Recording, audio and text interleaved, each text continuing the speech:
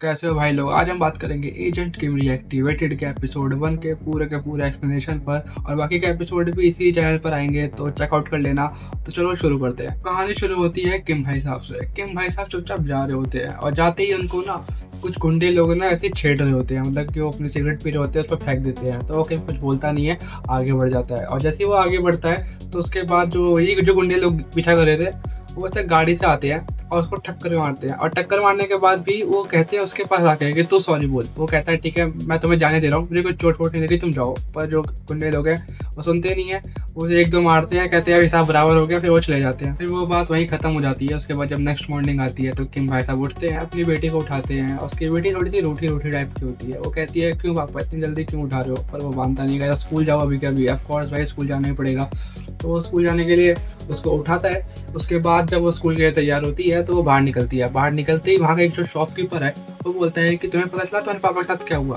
तो कहती नहीं मेरे को तो नहीं पता। तो वो कहता है अच्छा नहीं पता तो छोड़ो, फिर कुछ ऐसी खास बात नहीं है। तो उसके बाद जो वो बस आती है वो बस में बैठ जाती है। तो उसके बाद जब किम बाहर निकलता है तो शॉपकीपर बोलता है तुम्हें कुछ हुआ तो नहीं। तो वो कहता नहीं मुझे कुछ हुआ नहीं। तो उसके बाद जो किम है वो अपने ऑफिस के लिए निकल जाता है। ऑफिस के लिए निकलते ही जब वो ऑफिस के अपने चेयर में बैठता है तो वो सेल्फ डिफेंस का आइटम देख रहा होता है कि जिससे मैं उन गुंडों से बच सकूँ अगली बार आए तो उसके पीछे एक लड़की जा रही होती है। तो हाँ उस लड़की पर थोड़ा गौर करना, वो आगे जो स्टोरी आएगी एपिसोड 2, 3, 4 में बहुत काम किया वो, मतलब कि उसका भी एक रोल है आगे। तो वो बोलती है कि क्या हो गया तुम ये सब क्या देख रहे हो। तो वो कहता है कि नहीं ये सब तो मेरे सेल्फ डिफेंस के लिए है। तो वो उसे याद आता है कि उसकी बेटी का बर्थडे आने वाला है। जब उसकी बेटी का बर्थडे आने वाला है तो गिफ्ट तो चाहिए ही होगा। तो वो बोलता है ना कि अब तो उसकी बीवी रही नहीं, तो क्या तुम मेरी हेल्प कराओगे गिफ्ट लेने में। तो वो कहते हैं कि हाँ ठीक है मैं तुम्हारी हेल्प करा दूंगी गिफ्ट लेने में, उसके बदले ना तुम्हें मेरा भी कुछ काम करना पड़ेगा। और वहीं पे दूसरी तरफ उसकी बेटी को बुली कर रहे थे। उसकी बेटी को बुली स्कूल में उसकी फ्रेंड्स थी कर रही थी, मतलब कि उसकी फ्रेंड्स नहीं थी, वो उसकी क्लासमेट्स थी। उसको बुली इस रीज़न पे करते थे कि तुम्हारे वस्त्र से क्लॉथ से बदबू आ रही है। और उसके बाद ये सब सीन कट होता है और जब दिखाते हैं कि किम और जो उसकी जो ऑफिस मेट थी वो जाते हैं शॉपिंग पे।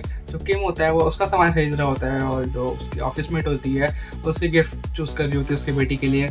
दोनों वो प्रेजेंट चूज़ करते हैं, लेकिन जो उसका गिफ्ट होता है वो बहुत महंगा होता है। तो उसकी जो ऑफिस मेट है वो समझाती है किम को कि आजकल की लड़कियों को ये सब पसंद है वगैरह वगैरह। तो जाके वो फाइनली वो गिफ्ट खरीदता है। अब दोबारा सीन जो होता है वो स्कूल की तरफ कट होता है। तो जो पुलिस गर्ल थी जो उसे बुली करती थी वो उसके जो जिम क्लॉथ्स थे उसको डस्टबिन में डाल देती थी। तो जब उसकी बेटी जाती है और देखती है कि जो मेरे किम मुंजी नाम था उसका वैसे, तो जब वो देखती है कि उसके जो क्लॉथ्स हैं वो डस्टबिन में है तो उसे बहुत बुरा लगता है, वो रो रही होती है। तो इसका एक वहाँ पे क्रश होता है, क्योंकि वो जो लोग लड़कियाँ बुली कर रही होती हैं वो उनका भी क्रश होता है।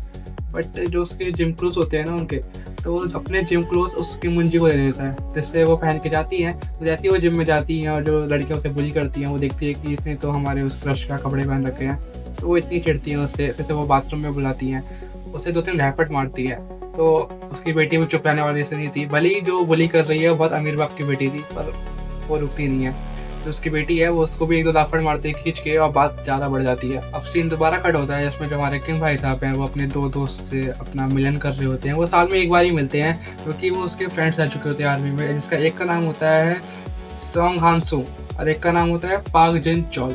और एक तो कराटे मास्टर होता है और एक आर्मी में शायद अभी भी होता है, लेकिन कम पोस्ट पे, मतलब कि नीचे वाली पोस्ट पे। याद है तो मैंने बताया था कि जो गुंडा था जिसने किम के ऊपर बीड़ी फेंकी थी और किम के ऊपर थोड़ी सी गाड़ी चला दी थी, ऊपर सॉरी भी उसी से बुलवा रहा था, वो भी उसी रेस्टोरेंट में था जहाँ पे ये तीनों मिलते हैं।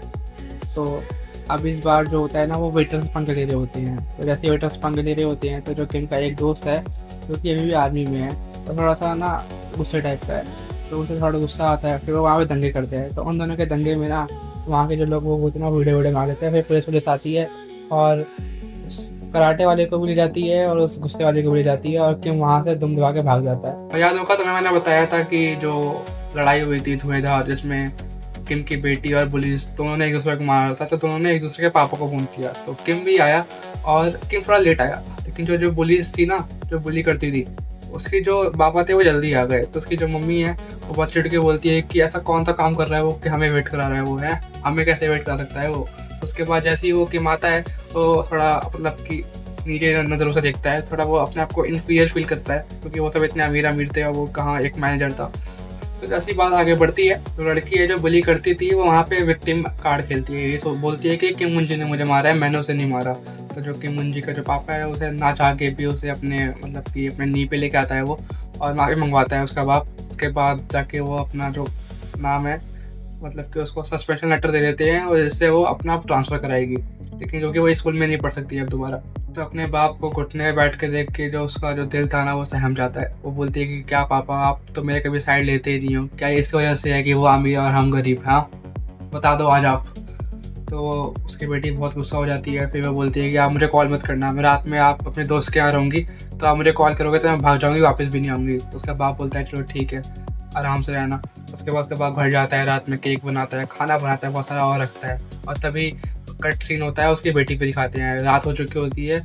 और जो याद है मैंने बताया था उसके स्कूल में एक क्रश था, उसका ना इंस्टा पे मैसेज आता है कि मुझे तुम्हें ना स्कूल के साइड वाले प्लॉट पे मिलना है, कि बुला सकती हो?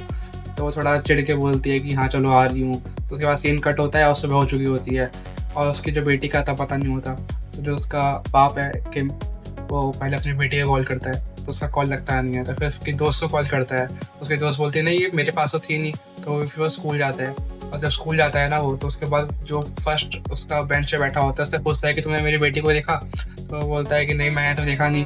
जो क्रश होता है ना वो थोड़ी पिटी हुई हालत में हो रहा होता है, वो क्लास के एंटर कर ही रहा होता है। तो तभी किम जाता है, बोलता है कि तुम्हारा हालत किसने करी? तो कहता है मुझे नहीं पता किम मुंजी कहाँ पर है, मेरे को नहीं पता, मुझे छोड़ दो। तो वो कहता है कि तुम इतने डर क्यों रहे हो? वो कहता है कि गुंडे लोग आए थे, उन्होंने मुझे मारा और मेरा फ़ोन ले लिया और बोला कि उसको मैसेज करो कि यहाँ पर आए। तो तब उसने मैसेज करा। उसके बाद जिस प्लॉट पे मिलने के लिए बुलाया होता है कि वहाँ जाता है, तो देखता है कि वहाँ खून पड़ा हुआ है, पत्थर पे ऐसा लगा किसी का सिर लगा हुआ था। उसके बाद में एकदम से बारिश शुरू हो जाती है, तो वो दोनों आते हैं। उसका बीएफ बोलता है कि उसका बीएफ बोलता है कि खून अपने आप ही हट गया और किसी ने पुलिस को कॉल भी नहीं किया होता तो अभी तक यहाँ पे दंगे हो चुके होते। तो तभी मतलब जैसे ही वो थोड़े पीछे मुड़ते हैं ना, वैसे ही वहाँ पे किम आ जाता है। और जैसे किम वहाँ पे आता है तो वो कहता है बीएफ तुम डरो मत, मैं संभाल लूँगा उसको। उसकी बेटी पीछे हो जाती है और उसका बीएफ होता है वो आगे जाता है। वो किम पूछता है कि मेरी बेटी कहाँ पर है? तो वो कहता है तुम जाओ ना, तुम्हारी बेटी हमें नहीं पता कहाँ पर है।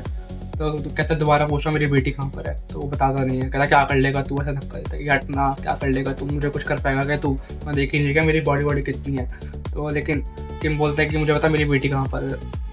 तो जिसका बीएफ होता है वो गुस्से में उसको ना शर्ट फाड़ देता है। और ये शर्ट फाड़ता है ना भाई, यहाँ पे ऐसे मतलब कि निशान कट यहाँ कट, बंदूक की गोली के निशान एकदम सॉलिड तरीके से और फार्मिंग कर रहे होते हैं वहाँ पे। जैसे वहाँ पे और फार्मिंग कर रहे होते हैं ना, वो वहाँ पे रस्सी पकड़ता है उसके बीएफ के गले पे ऐसे कस देता है खींच के। और जैसे यहाँ पे गले में खींचता है ना वो कहता है बता रहा हूँ। और वैसे यहाँ पे सीन कट कर देते हैं। तो ये था पूरा एपिसोड 1 का ब्रेक डाउन। और आई होप तुम्हें अच्छा लगा हो। मैंने ईजी से ईजी लैंग्वेज में तुम्हें एक्सप्लेन करने की कोशिश करी है। और अगर तुम्हें वीडियो अच्छा लगा तो लाइक करना, शेयर करना और सब्सक्राइब करना। और एपिसोड 2 के लिए मेरा वेट करना। मैं कुछ दिनों में एपिसोड 2 का ब्रेक डाउन भी ले आऊँगा। तब तक के लिए बाय बाय।